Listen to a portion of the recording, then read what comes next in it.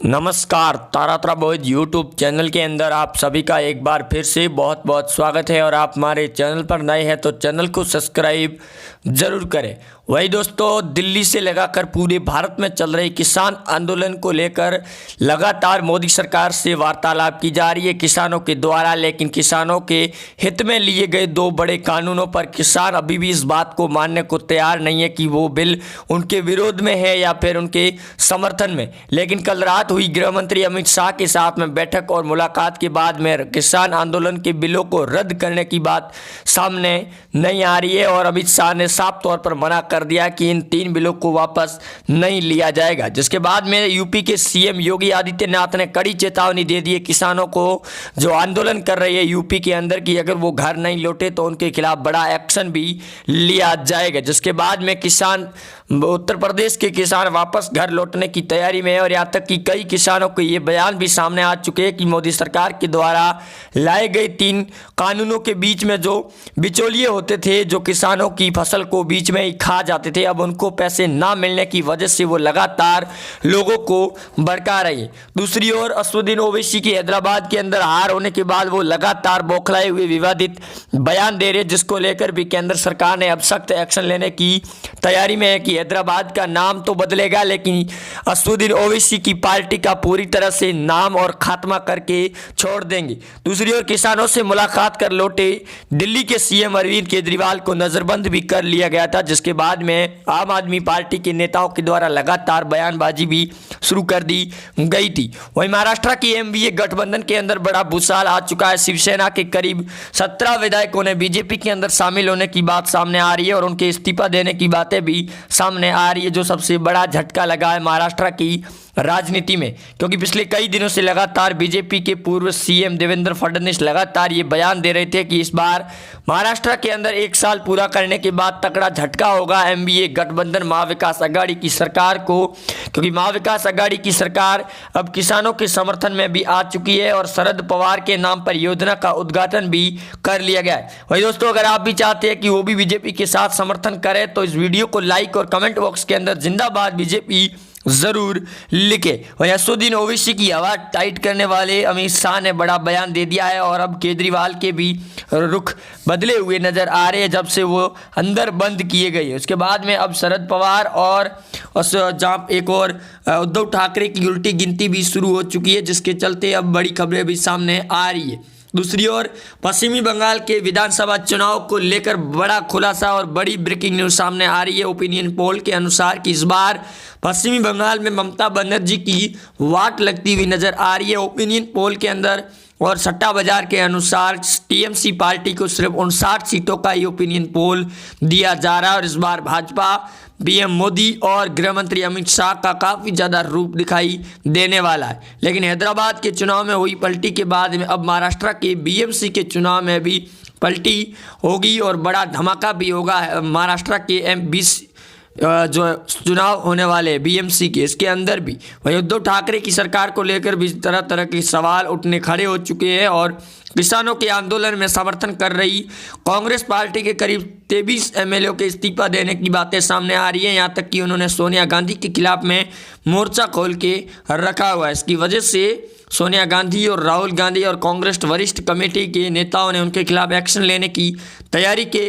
पहले ही उन्होंने अपने इस्तीफे की घोषणा कर दी है कि इस बार कांग्रेस के अंदर आर पार की लड़ाई होगी, चाहे कुछ भी हो जाए। क्योंकि लगातार किसानों को भड़काने की कोशिश कर रही है जो अन्नदाता दिल्ली की ओर कूच करने को तैयार हो चुकी है। क्योंकि पंजाब से लगाकर दिल्ली के बॉर्डर पर किसानों के काफिले इकट्ठा हो चुके हैं। यहाँ तक कि लंगर भी शुरू कर दिए गए किसानों के समर्थन में और निहंग सिखों से लगाकर कई बड़े नेता हैं जो विपक्ष की पार्टियों का, वो भी इस समर्थन में आकूदे कि मोदी सरकार को इस कृषि बिल तीनों को वापस लेना होगा। बिहार के सीएम नीतीश कुमार ने भी बड़ा एक्शन लेने की तैयारी में किसानों को लेकर कि जिस प्रकार से मोदी सरकार ने हर साल करीब 6,000 से 12,000 राशि उनके खाते में डालने के बाद भी किसानों को अभी भी ऐसा महसूस हो रहा है कि वो बिल उनके विरोध में है और उनकी फसल को नुकसान देंगे, लेकिन ऐसी बातें सामने नहीं आ रही है और एमएसपी का जिक्र भी किया गया है। हालांकि विपक्ष की जो पार्टियां हैं, कांग्रेस से लगाकर दूसरी कई ऐसी पार्टियां हैं जो इस बार ये बयान दे चुकी है कि किसानों के काला कानून लेकर आई है मोदी सरकार और इस कानून को वापस लेना होगा। कल रात चली बैठक के बाद अमित शाह ने साफ तौर पर इसे वापस लेने के संकेत नहीं दिए और किसानों के आंदोलन पर एक्शन लेने के संकेत जरूर दे दिए कि जल्द से जल्द किसानों पर एक्शन लिया जाएगा, ताकि जिस प्रकार से इसी साल के अंदर जो बीमारी चल रही है उसके अभी तक उभरे ही नहीं है और एक किसान आंदोलन शुरू हो गया है। लेकिन महाराष्ट्र की सियासी राजनीति के अंदर जो उलटफेर सामने आया है उसके बाद में सुशांत सिंह राजपूत को लेकर भी कई बार महाराष्ट्र की सरकार और उद्धव ठाकरे आमने सामने भी हो चुके हैं। यहाँ तक कि अर्णब गोस्वामी को लेकर भी कई बार सरकार अपना पल्ला भी झाड़ चुकी है, जिसके चलते मुंबई पुलिस ने भी सुशांत सिंह राजपूत की जांच को भी खारिज ठहराया। उसके बाद में एनसीबी की टीम ने कल एक और नए बड़े ड्रग्स डीलर को भी पकड़ा है, लेकिन उसके बाद भी अभी तक महाराष्ट्र कैबिनेट मंत्रालय के नेता इस बात का बयान दे रहे कि सुशांत सिंह राजपूत के साथ में कुछ भी नहीं हुआ था और जो कुछ सीबीआई जांच कर रही है उसके अंदर भी कुछ नहीं मिलने वाला है। इसकी वजह से अब सुशांत सिंह राजपूत के इस केस को बंद करने की कगार पर है सीबीआई की टीम। महाराष्ट्र के अंदर चली इस उठापटक के करीब 8 महीने बाद भी सुशांत को न्याय नहीं मिलता देख सीबीआई की टीम भी अब अपनी फाइनल रिपोर्ट सौंपने की कगार पर हो सकती है, क्योंकि पिछले 8 महीनों से जहां जांच कर रही है उसके बाद भी कोई बड़ा खुलासा नहीं हुआ है। वहीं कंगना रनौत ने एक बार फिर लव जिहाद को लेकर अपने ट्वीट कर दिए, जिसके बाद में लगातार कंगना सुर्खियां बटोर रही है इस लव जिहाद कानून को लेकर, क्योंकि इसी बीच में कंगना रनौत और दिलजीत झा की किसान आंदोलन को लेकर काफ़ी ज़्यादा ट्विटर पर भिड़ंत भी हो चुकी थी, जिसके बाद में अब कंगना ने लव जिहाद के मुद्दे पर कूदना तय कर दिया है। और कंगना रनौत हर सामाजिक मुद्दे के अंदर लगातार पिछले 1 वर्ष से दिखाई दे रहा है कि वो हर मुद्दे के अंदर बेखौफ से बोलती है। इसकी वजह से बॉलीवुड इंडस्ट्रीज से भी कई बड़े सवाल खड़े कर दिए गए हैं और बॉलीवुड इंडस्ट्रीज को भी झटका लगा है कंगना रनौत के द्वारा दिए गए बयानों के बाद में। यहाँ तक कि बॉलीवुड इंडस्ट्री से सुशांत सिंह राजपूत के जाने के बाद में आ रही हर एक बॉलीवुड की फिल्म को भी काफ़ी ज़्यादा नुकसान दिखाई दे रहा है। इसकी वजह से सोशल नेटवर्क पर हो रही रिलीज़ फिल्में भी काफ़ी ज़्यादा ध्यान रखकर फिल्मों को रिलीज करती हुई दिखाई दे रही है। लेकिन जिस प्रकार से उद्धव ठाकरे की मुंबई फिल्म इंडस्ट्रीज़ को सीएम योगी आदित्यनाथ ने यूपी के अंदर ले जाने की बात कही है, उसके बाद में महाराष्ट्र के सीएम उद्धव ठाकरे की नींद हिल चुकी है और वो लगातार उद्धव ठाकरे के और सामना मुखपत्र के अंदर संजय राउत भी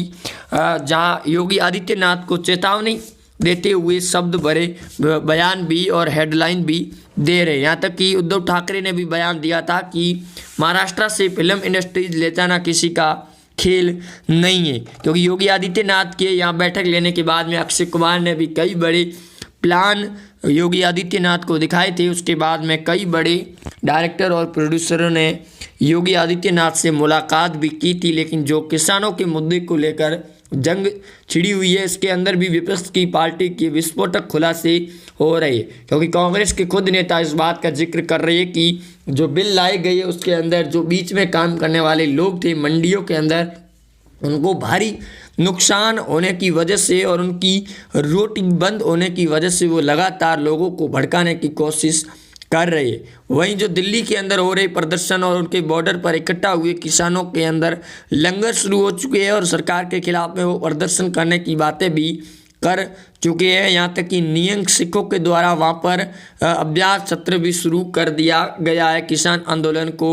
लेकर। लेकिन किसान आंदोलन के अंदर सीएम योगी नहीं बल्कि कई बड़े नेताओं ने भी बयान दिया कि इस बार सरकार को फैसला लेना होगा कि वो वापस लेगी या फिर नहीं लेगी। लेकिन यूपी राज्य के अंदर सीएम योगी आदित्यनाथ ने घोषणा करने के बाद किसानों को अब वापस लौटने की तैयारी में। दूसरी ओर पश्चिमी बंगाल के विधानसभा चुनाव में ममता बनर्जी को इस बार उनको पता चलेगा कि बीजेपी की ताकत क्या होती है और आखिरकार ममता कितने साल तक पश्चिमी बंगाल में खैर मनाएगी, क्योंकि इस बार समीकरण पूरी तरह से चेंज होते हुए नजर आ रही है। दूसरी ओर बिहार के सीएम नीतीश कुमार बनते ही महागठबंधन यानी कि तेजस्वी यादव की पार्टी टूटने के कगार पर है। यहाँ तक कि उनके करीब 64 विधायकों जीते हुए विधायकों में से करीब 15 से 20 एमएलए बीजेपी और जेडीयू का दामन थामने को तैयार हो चुके हैं। यहाँ तक कि तेजस्वी यादव ने ये बयान ज़रूर दिया था कि करीब 24 सीटों पर हुए विधानसभा चुनाव को दोबारा करवाने के लिए वो बिहार हाईकोर्ट के अंदर अर्जी दाखिल करने को जा भी रहे हैं, लेकिन उनके बाद में वो रुक गए। और इस बार खबर ये सामने है कि इस बार नीतीश कुमार, जेडीयू और एनडीए पार्टी ने बड़ी सेंधमारी लगा दी है महागठबंधन के अंदर, और महागठबंधन में तेजस्वी यादव को भी तगड़ा झटका है। वहीं यूपी के अखिलेश यादव जो पूर्व सीएम है, उनको हिरासत में भी लिया गया है। किसान आंदोलन को ज़बरदस्ती भड़काने की कोशिश की गई, जिसके बाद में यूपी पुलिस ने उनको अंदर डाल दिया। जिसके बाद में समाजवादी पार्टी के एक बड़े नेता ने ये बयान दिया कि योगी की सरकार अगर अगले 5 वर्षों में नहीं आई तो